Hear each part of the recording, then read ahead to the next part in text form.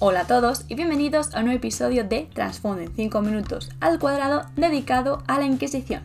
Agentes del emperador que viajan por todo el imperio de la humanidad buscando signos de herejía y que nadie ose interponerse en su camino. Normal. Hoy vamos a conocer más acerca de la historia de la Inquisición, cuál es su misterioso origen, cuáles son los principales ordos en los que se divide y cuáles son las principales diferencias a la hora de pensar y de actuar que tienen los distintos inquisidores. Pero antes de nada, recordaros que podéis ir a Sinbad Marine, tanto en YouTube como en iVoox, darle a me gusta y dejarnos en los comentarios vuestras opiniones sobre todos estos temas. Sin más, allá vamos con el trasfondo en 5 minutos sobre la Inquisición.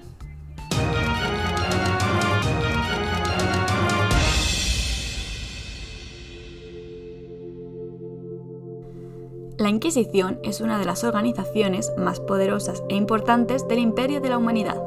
Son la policía secreta del imperio y su misión es dar caza a cualquier amenaza para la estabilidad de los dominios del dios emperador.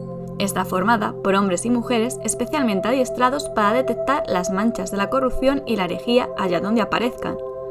Para llevar a cabo su importante tarea de vigilancia y protección, estos se dividen en diferentes ordos, que son agrupaciones de inquisidores que se dedican a ramas de actuación similares, por ejemplo, a lidiar con el caos y los demonios, la presencia de senos o la propia herejía de la humanidad. Pero vamos primero a conocer un poco acerca del nacimiento de esta organización y cuáles fueron sus orígenes. No debería resultar una sorpresa que el pasado de la Inquisición esté envuelto en un total secretismo. Incluso los mismos inquisidores solo disponen de la más nebulosa comprensión acerca de cómo fue fundada su organización. Existe una rama de la propia Inquisición llamada el Ordo Originatus que está dedicada a desentrañar 10 milenios de mitos, exageraciones y mentiras sobre su origen. Una tarea muy difícil que casi resulta imposible debido al trabajo opuesto desarrollado por el Ordo Redactus, el cual enfoca sus esfuerzos en oscurecer deliberadamente el pasado de la Inquisición para evitar que los enemigos de la humanidad puedan descubrir cualquier posible ventaja a través de este conocimiento. Nos podemos imaginar que los inquisidores del Ordo Originatus y el Redactus pues no deben llevarse especialmente bien. En lo que sí coinciden casi todas las leyendas es que la Inquisición fue fundada por Malcador el Sigilita por orden del emperador durante los últimos días de la herejía de Horus. Malcador eligió inicialmente a 12 personas que fueron presentadas secretamente ante el emperador, de las cuales 8 eran marines espaciales leales y 4 eran humanos. Hombres y mujeres de una lealtad, una determinación y una fortaleza mental sin mácula. Las leyendas a partir de aquí divergen, otorgando múltiples identidades a cada uno de los 4 individuos, algunas de ellas totalmente ridículas, muchas creíbles y todas ellas igualmente imposibles de probar y de demostrar. Fuentes recientemente descubiertas apuntan a que estos 4 personajes tenían opiniones diferentes acerca del curso que debía tomar el imperio tras la entronización del emperador.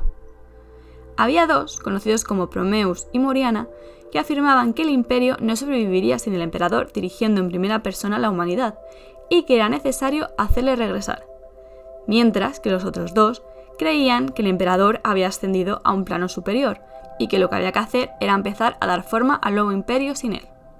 Con el apoyo de los primarcas, estos 2 inquisidores primigenios, por así decirlo, empezaron a reclutar individuos que pudieran cumplir con la misión de crear estabilidad en este debilitado imperio, y así se crearía lo que se conoce como la Inquisición. Pero Promeus y Moriana no estuvieron inactivos durante todo este tiempo, y su idea de resurrección para el emperador se empezó a extender también por multitud de cultos y sectas por todo el imperio. Pero Promeus y Moriana tenían también disputas entre ellos acerca de cómo llevar a cabo su objetivo, ya que Moriana decía que había que usar cualquier medio necesario para alcanzarlo.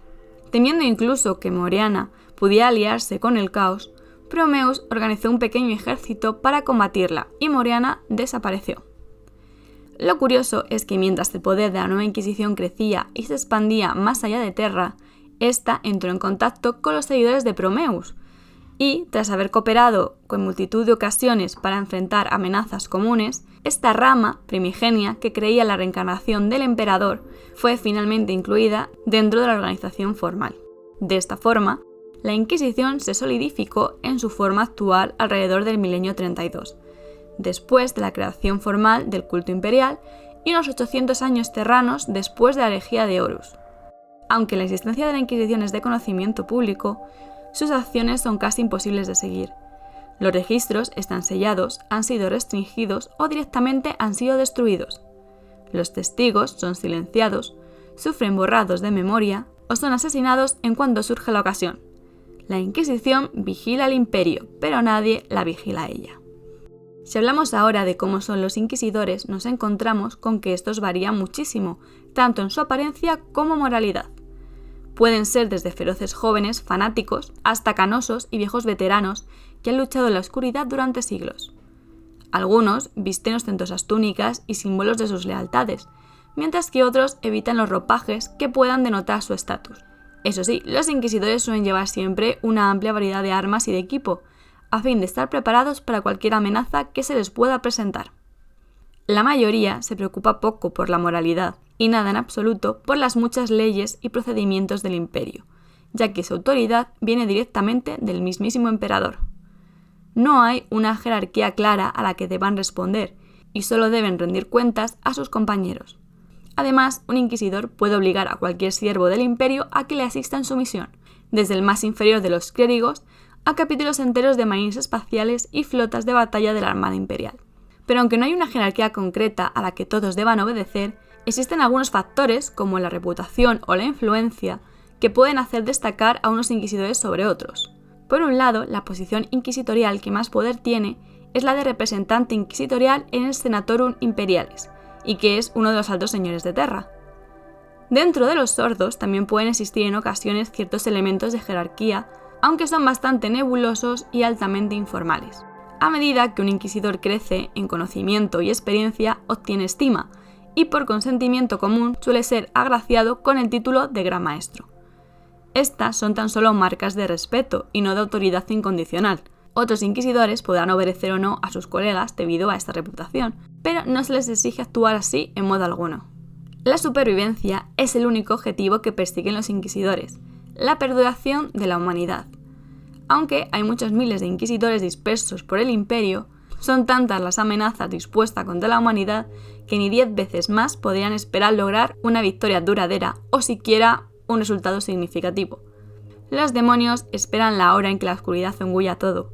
Los alienígenas avanzan en tropel, destruyendo mundos enteros, y todo el tiempo los negligentes, los estúpidos, los equivocados y los arrogantes miembros de la propia humanidad contribuyen sin darse cuenta a su propia destrucción. No hay extremos a los que un inquisidor no pueda llegar persiguiendo su deber. Sabe que es mejor que 1.000 millones de almas inocentes perezcan junto a un solo fugitivo culpable, con tal de que acabe para siempre la amenaza. La mayoría de inquisidores lamentan los asesinatos que cometen por la causa de la supervivencia, y solo resisten sabiendo que el acto sirvió a un propósito mayor. Otros se han cauterizado emocionalmente hasta el punto de que no dedican demasiado tiempo a pensar sobre este asunto. Quizás en otra época, en otro lugar, los hombres y las mujeres de la Inquisición serían considerados tan monstruosos como las amenazas a las que se oponen, pero por muy atroces que estos sean, los inquisidores son los héroes que su tiempo exige. Cada inquisidor es libre de perseguir la misión de la supervivencia de la humanidad de la forma que él o ella considere más adecuado. Los compañeros de ideas similares suelen reunirse para investigar áreas de mutuo interés o preocupación, uniéndose en uno de los muchos ordos inquisitoriales. Además de los ordos, a veces los inquisidores se agrupan en una asociación poco definida llamada cónclave. Un cónclave suele ser convocado a petición de algún inquisidor respetable que precise del conjunto de habilidades, conocimiento y recursos de sus iguales para enfrentarse a una amenaza demasiado grande para que un solo inquisidor se enfrente a ella, como por ejemplo un Wag Orco, una incursión demoníaca a gran escala o una plaga de herejía. El Ordo Malleus, el Ordo Xenos y el Ordo Hereticus son considerados como los Ordos Majoris, ya que su vigilancia nunca acabará.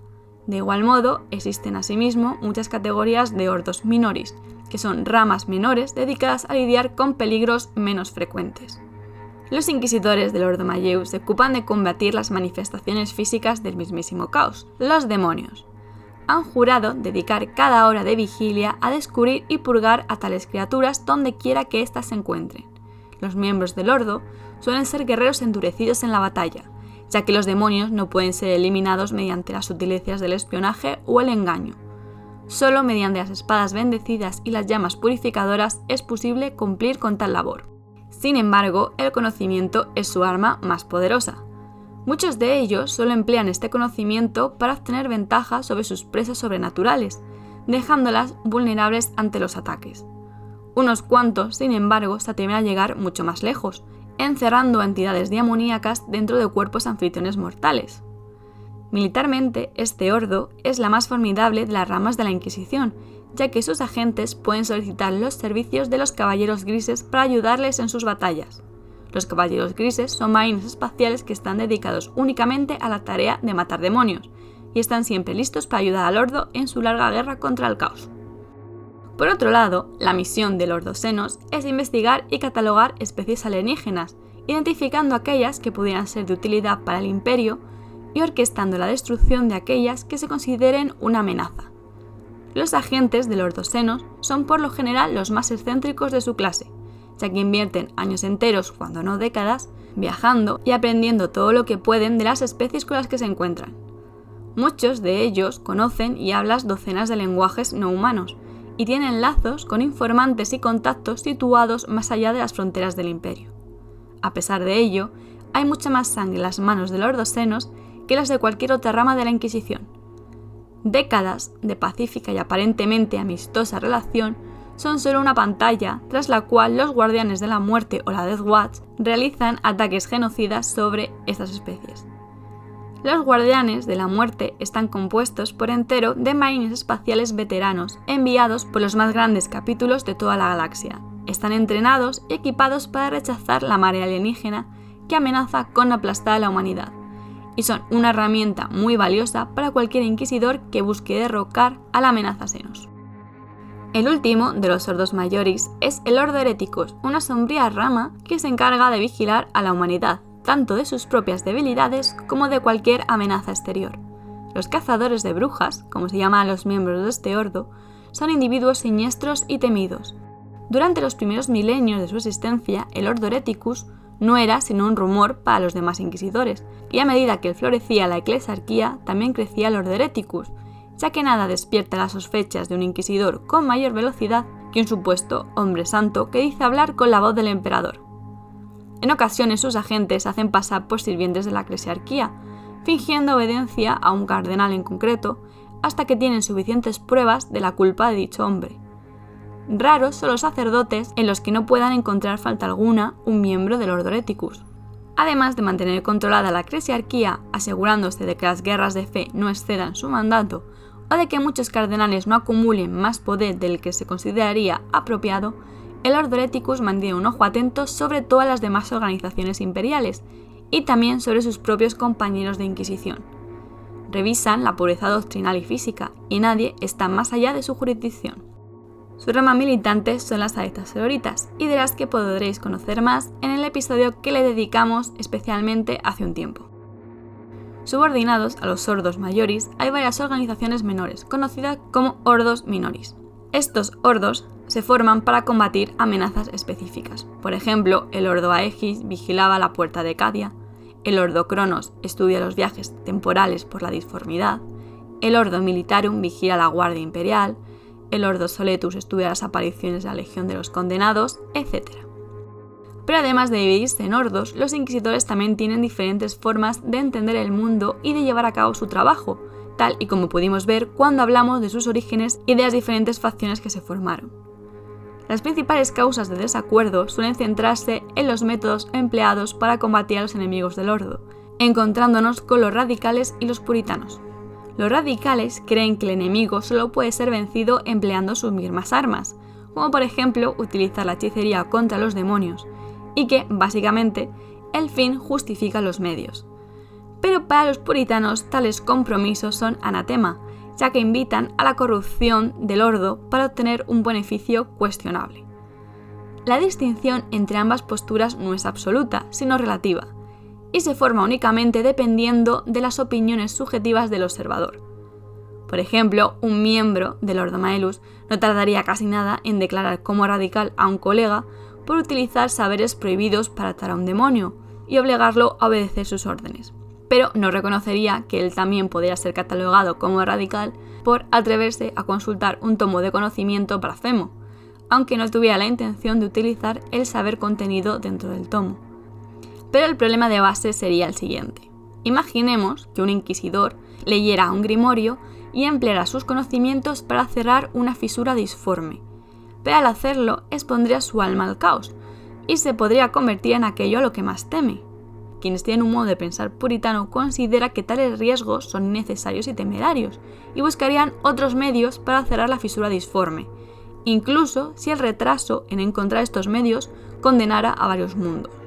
Porque, y si al abrir su mente a la disformidad, el lector del grimorio es posteriormente poseído por un demonio, que causa más daño que el que hubiera causado la propia fisura disforme.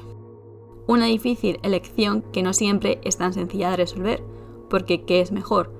¿Correr un riesgo muy grande para acabar con el problema cuanto antes o buscar un medio más seguro para acabar con el problema, aunque eso signifique que mueran más personas? Además, debido a la propia naturaleza de la Inquisición, no es posible apelar a un poder superior cuando un inquisidor considera que uno de sus compañeros se ha alejado del camino correcto. Quizás si consiguieran reunir las pruebas suficientes, podría presentar el caso ante un cónclave y podría formularse un juicio con pena de excommunicate traitoris. De manera más usual, un inquisidor es libre de tomar este asunto y de resolverlo con sus propias manos, lo que suele dar lugar a que desaparezcan unos cuantos inquisidores por el camino. Pero además de la división entre radicales y puritanos, existen otras filosofías diferentes dentro de ambas categorías. Por ejemplo, dentro de los puritanos están los zorianos, que creen que el alma del emperador podría renacer en un nuevo cuerpo de carne y sangre. Los monodominantes, que creen en la total destrucción de los no humanos, incluidos los mutantes y los psíquicos, aunque esto la verdad no suena muy puritano, o los amalacianos, que buscan la unidad entre todas las facciones y cumplir así mucho mejor con la voluntad del emperador. Dentro de los radicales tenemos a los xiantites, que usan armas provenientes de la disformidad como espadas encantadas y otras tácticas para usar el poder del caos en su contra. Los horusianos, que buscan crear un nuevo líder para la humanidad. Los recongregadores, que creen que el imperio está estancado y que buscan propiciar cambios que ayuden al progreso. Los isbanianos, que creen que el imperio necesita estar en constante lucha para sobrevivir. O los ultrarradicales, que creen en la ascensión final del emperador al inmaterio y que para eso es necesario que su forma física muera. Estas ideas y filosofías suelen pasarse de una generación a otra de inquisidores, ya que el asunto del reclutamiento no es una tarea centralizada y el poder de investir a otros en sus filas recae sobre los inquisidores. Algunos no reclutan nada en absoluto, pasando sus años persiguiendo a sus enemigos, mientras que otros creen que es una tarea muy importante educar y crear a la siguiente generación de inquisidores para que continúen con las batallas. Muchos inquisidores dejan tales asuntos al azar o quizás al destino, escogiendo un candidato o candidatos válidos de entre aquellos individuos con los que se cruzan en su camino, mientras otros inquisidores son más rigurosos en su búsqueda de aprendices e invierten gran parte de su tiempo buscando candidatos válidos. No existen criterios de edad o condición física exigidos para ser considerado como aprendiz. Los requisitos fundamentales suelen ser tener una inteligencia y una lealtad probada. En general, los inquisidores suelen tomar nota de aquellos individuos que demuestran libertad de pensamiento y que poseen una fuerza de voluntad, una determinación y unos principios inflexibles. El aprendiz irá aprendiendo todo lo que pueda del conocimiento de su inquisidor, y con el tiempo podrá llevar a cabo misiones por su cuenta o controlar operaciones, pero seguirá siendo subordinado hasta que su señor o su señora decidan otorgarles el título.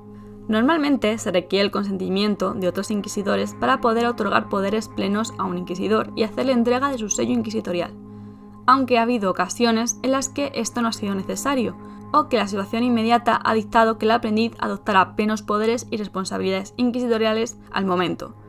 Por ejemplo, si un inquisidor es asesinado, el aprendiz heredará su sello inquisitorial y podrá cumplir con las tareas y deberes de un inquisidor, con su cargo sujeto a derogación por otro inquisidor en caso de hacerse necesario. Aunque un inquisidor es por sí mismo un poderoso guerrero y un erudito, sigue siendo un ser humano, con límites de un ser humano. Debe enfrentarse a enemigos sin número, correr peligros desconocidos y superar muchos y formidables obstáculos mientras cumple con su misión. Por eso, un inquisidor buscará siempre cómplices y la ayuda de otros, teniendo también una red de ayudantes y de acólitos bajo sus órdenes. De esta forma, los inquisidores llevan milenios controlando la galaxia, y ahí seguirán mientras la herejía, el mutante, la bruja y el seno sigan siendo una amenaza para el imperio. Y hasta aquí podemos dar por terminado el trasfondo en 5 minutos al cuadrado sobre la Inquisición, una organización que gracias a su alto nivel de secretismo todavía puede darnos más de una sorpresa futura en cuanto a trasfondo, y que ha dado lugar a personajes realmente interesantes en Warhammer 40.000 como pueden ser Eisenhower o Ravenor, hombres y mujeres de cierta duda moral, de los que no nos cansamos nunca y que aporta muchísimo grimdark a todo el lore. Así que a tope con la Inquisición siempre. Además está bastante curioso todo este tema que tienen de las divisiones entre radicales y puritanos, aunque al final la verdad es que son todos como muy radicales en general, pero está muy guay lo de pensar de, pues eso, si es mejor acabar con una amenaza cuanto antes pero corriendo riesgos, o si es mejor correr riesgos y que la gente muera y no sé, muy interesante. Y nada, recordaros antes de acabar que podéis seguir a Sinbad Marine tanto en YouTube como en iVoox y en nuestras redes sociales, Instagram y Facebook. Dar a me gusta y dejadnos vuestras opiniones en los comentarios. Y sin más, cuidado con las herejías y hasta el próximo capítulo.